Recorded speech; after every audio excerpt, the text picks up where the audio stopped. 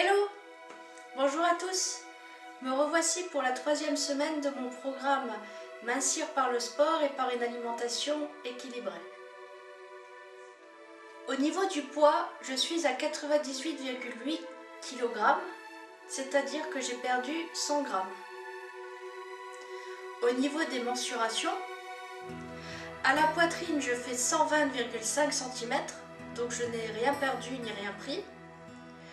Au niveau du ventre, je suis à 123,5 cm, soit plus 0,5 cm. Et au niveau des hanches, je suis à 115, soit moins 0,5 cm. Je suis très déçue au niveau des résultats pour cette semaine, car c'est comme si j'avais rien fait. Et pourtant, cette semaine, je me suis défoncée à la salle de sport. J'ai fait 7 cours collectifs, dont de l'aquabike, de l'aquagym, la gym ball, gym postural et stretching. J'ai fait en tout cette semaine 4 heures de vélo, 2 heures de vélo elliptique, 1h30 de rameur, 45 minutes de musculation et en prime 10 km de marche. Je ne comprends pas pourquoi j'ai perdu que 100 grammes alors que j'ai fait attention à mon alimentation. Je n'ai pas fait d'excès. Alors peut-être est-ce un palier musculaire. Mes muscles deviennent-ils plus lourds avant que je ne perde le gras? Je ne peux pas confirmer pour l'instant car je n'ai pas de balance à impédance mètre. C'est une grosse erreur de ma part. J'aurais dû prévoir une balance et pouvoir me peser, connaître ma masse graisseuse avant de commencer. À présent, je suis dans le flou et j'espère vraiment que la semaine prochaine, j'aurai perdu du poids. Car sinon, c'est très décourageant de faire autant d'efforts pour si peu de résultats.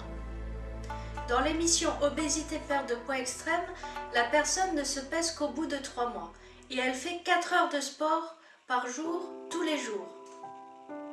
C'est énorme comme défi. Peut-être dois-je en arriver là pour obtenir des résultats? Mais pour l'instant, je dois dire que je suis fatiguée du sport que j'ai fait cette semaine et que j'ai le moral dans les baskets. Chris Powell, le présentateur de l'émission Obésité perte de poids extrême, est présent pendant 3 mois avec la personne qui doit perdre du poids. Et il lui parle, il la soutient, il l'aide dans sa démarche. En d'autres termes, il lui donne un moral d'acier pour ne pas se décourager et tenir le coup. Moi, malheureusement, je suis seule face à moi-même à la salle de sport. Personne ne va me dire si c'est bien ce que je fais, ni m'encourager à tenir lors des exercices. Et même s'il y a du monde autour de moi, je me sens terriblement seule. Une mauvaise solitude qui me tire vers le bas. À quoi bon continuer? Je comprends que l'on puisse vite arrêter lorsque la motivation n'est plus là, car c'est moi qui décide d'y aller ou non. Et si je n'obtiens pas des résultats très vite, c'est très démoralisant et ça ne donne pas envie de continuer. D'autant qu'il y a le facteur savoir faire suffisamment de sport, mais pas trop, pour ne pas se dégoûter qui est présent. Comment trouver la juste mesure entre savoir faire du sport pour obtenir des résultats et ne pas trop en faire pour ne pas se dégoûter? Pour l'instant, je n'ai pas de réponse. Mais heureusement, vous êtes là pour m'écouter et je me sens moins seule.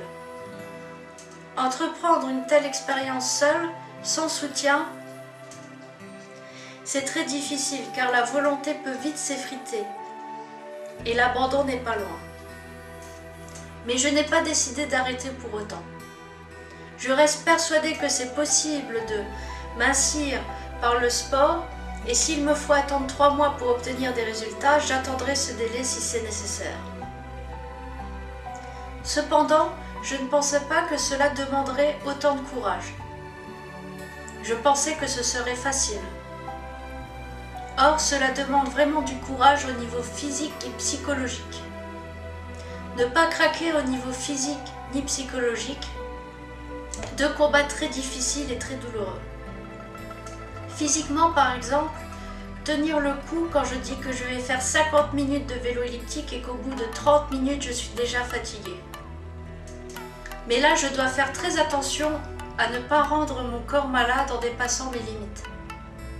Psychologiquement, garder espoir d'atteindre mon objectif et y croire coûte que coûte. donc avoir un moral d'acier, ce que je n'ai pas actuellement. Je dois travailler sur ma volonté pour qu'elle soit permanente et positive. Et c'est là le plus gros du travail, car je me décourage vite comme tout être vivant, sans résultat d'ailleurs. Changer de vie demande un effort considérable, tant au niveau physique que psychologique, et il faut de bonnes raisons pour tenir le coup. Mes raisons sont de retrouver la santé, m'aimer tel que je suis, avoir un enfant, être fière de moi. Donc quand je pense à cela, ma motivation revient heureusement. Il est clair que je le fais avant tout pour moi. Et ça peut devenir un problème si mon estime de moi ou ma confiance en moi s'affaiblissent d'un coup. Je dois être forte mentalement pour ne pas faiblir physiquement et échouer lamentablement comme les autres fois où j'ai tenté de perdre du poids et où j'ai arrêté mes engagements parce que c'était le gros bordel dans ma tête ou bien que le quotidien m'empêchait d'accomplir mon devoir.